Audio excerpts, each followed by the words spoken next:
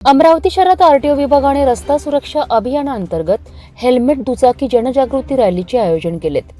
या रॅलीला जिल्हाधिकारी सौरभ कटियार यांनी जिल्हाधिकारी कार्यालयातून हिरवी झेंडी दाखवली आणि रॅलीला सुरुवात केली। या रॅलीमध्ये आरटीओ विभाग, पोलीस विभाग आणि विविध शासकीय विभागांचे अधिकारी सहभागी झालेत। या रॅलीत सहभाग घेत अमरावतीकरांनी वाहतुकीचे नियम पाळण्याचे आणि अपघात टाळण्याचे महत्त्व सांगितलेत। वाहतुकीचे नियम पाळा, अपघात टाळा असे जिल्हाधिकारी सौरभ कटियार यांनी लोकांना आवाहन केले आहे। या रॅलीच्या माध्यमातून हेल्मेट घालण्याचे महत्त्व, रस्ता सुरक्षा आणि सुरक्षिततेचे मुद्दे जनतेपर्यंत पोहोचविले गेलेत। मला अभिनंदन करायचं आहे आरटीओ ऑफिसचा की त्याने रस्ता सुरक्षा अभियान 2025 सुरुवात केलेली आहे। त्या अंतर्गत विविध कार्यक्रम सुद्धा आरटीओ ऑफिस मार्फत सुद्धा घेण्यात येत आहे। या वर्षीची जे थीम आहे ते परवा केअर आहे। आता रस्ता सुरक्षा एक महत्वपूर्ण विषय आहे।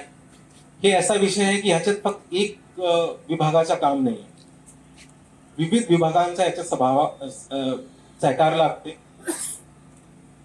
तरच आपलं जे उद्देश आहे की रस्त्यावर कुठल्याही प्रकारचा अपघात झाला नाही पाहिजे ते साध्य होणे शक्य आहे। मागील वर्षात अमरावती शहरामध्ये 10% अपघाताची वाढ झाली आहे। ग्रामीण क्षेत्रामध्ये 6% अपघाताची घट झाली आहे आणि ओव्हरऑल जिल्ह्यामध्ये 3% घट झाली आहे आपल्या अमरावती जिल्ह्यात। एक उपलब्धी आहे, लेकिन ह्याच्यापेक्षाही जास्त मोठी उपलब्धी आपल्याला साध्य करायची आहे। त्याच्यासाठी प्रशासनामार्फत, विविध विभागामार्फत बरेच ऍक्टिव्हिटीज, बरेच पुढाकार सुद्धा घेण्यात आलेले आहे।